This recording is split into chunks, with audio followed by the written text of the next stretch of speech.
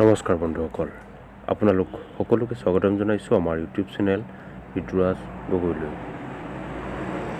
আজি এই পোৱালিখিনিৰ পঞ্চমটো দিন আৰু পঞ্চমটো দিনত আমি ফাৰ্মত কি কাম কৰিম সেই সকলো কথা আজি আপোনালোকক জনাম। আহক আজি আমি ভিডিঅ'টো আৰম্ভ কৰোঁ। বন্ধুসকল, আপোনালোকে যদি আমাৰ ঋতুৰাজ গগৈ ইউটিউব চেনেলটো ছাবস্ক্ৰাইব কৰা নাই তেনেহ'লে আপোনালোকে আমাৰ চেনেলটো ছাবস্ক্ৰাইব কৰি ল'ব। বৰ্তমান সময়ত যিসকলে ব্ৰইলাৰ পালনৰ লগত জড়িত বা ব্ৰইলাৰ পালন কৰিম বুলি ভাবিছে তেওঁলোকৰ বাবে খুবেই গুৰুত্বপূৰ্ণ এইটো ভিডিঅ'। তেওঁলোকে এই ভিডিঅ'টো শেষলৈকে চাব বুলি আমি আশা কৰিছোঁ। আমাৰ প্ৰথম কামটো হ'ল ৰাতিপুৱা এনেকৈ ফলিয়াবিলাক খুচৰিব লাগে যাতে গেছ নহয়, আৰু গেছ হোৱাৰ বাবে বহুত পোৱালি কেতিয়াবা মৰি যায়। তাৰ বাবে ৰাতিপুৱা আমি কামটো কৰিব লাগে। তাৰপাছতে বন্ধুসকল, আজি আমি দানা পাত্ৰ ব্যৱহাৰ কৰিম আৰু চতুৰ্থ দিনটো কালি হৈ গ'ল আৰু আজি পঞ্চমটো দিন। পঞ্চম দিনত আমি দানা পাত্ৰটো কেনেকৈ ব্যৱহাৰ কৰিম সেইটো আজি আপোনালোকক দেখুৱাইছোঁ। আপোনালোকে যিসকলে বৰ্তমান ব্ৰইলাৰ পালনৰ লগত জড়িত তেওঁলোকে হয়তো জানেই, বা যিসকলে নতুনকৈ কৰিম বুলি ভাবিছে তেওঁলোকে ভালকৈ চাই লওক যে এনেকৈ প্ৰথম আজি যিহেতু প্ৰথম দানা পাত্ৰ ব্যৱহাৰ কৰিম যিহেতু, আৰু আমি কেনেকৈ দানাটো দিলে পোৱালিবিলাকে কষ্ট নোপোৱাকৈ দানাটো খাব পাৰিব আপোনালোকে চাব পাৰে। এনেকৈ আমি দানাটো কাষে কাষে ঢালি দিম।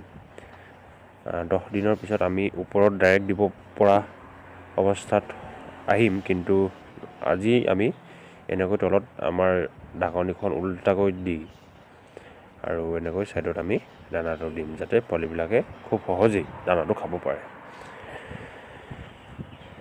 এয়া দেখিছে, এনেকৈ আমি দানা পাত্ৰবিলাক দিবলৈ আমি ঠিক কৰিছোঁ। আৰু এতিয়া ৰাতিপুৱাৰ পৰিৱেশ যিহেতু খুব ঠাণ্ডা, সেইবাবে কুকুৰা পোৱালিবিলাক এনেকৈ শুই আছে। আজি বতৰটো অলপ ডাৱৰীয়াৰ বাবে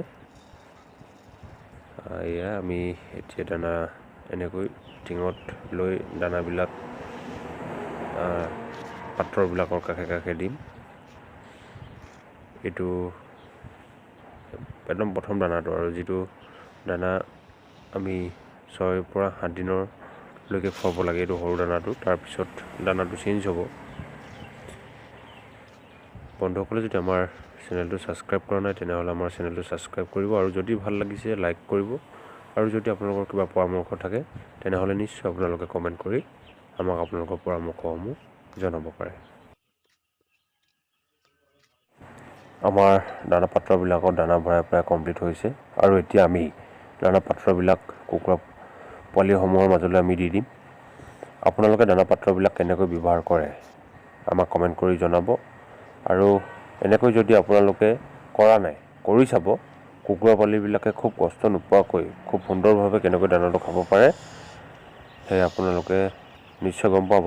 আৰু এয়া আমি এনেকৈ দানা পাত্ৰবিলাক দি দিছোঁ, আৰু এতিয়া আপোনালোকে চাব যে কুকুৰা পোৱালিবিলাকে কেনেকৈ খুব সুন্দৰভাৱে দানাটো খাব পাৰে। এয়া চাওক। বন্ধুসকলে যদি আমাৰ ভিডিঅ'টো চাই ভাল পাইছে তেনেহ'লে নিশ্চয় লাইক এটা কৰিব। আপোনালোকৰ যদি কিবা পৰামৰ্শ থাকে আমাক কমেণ্ট কৰি জনাব পাৰে, আৰু আমাৰ যদি ইউটিউব চেনেলটো আপোনালোকে ছাবস্ক্ৰাইব কৰা নাই তেনেহ'লে আমাৰ ইউটিউব চেনেলটো ছাবস্ক্ৰাইব কৰি ল'ব বুলি আমি আশা কৰিছোঁ।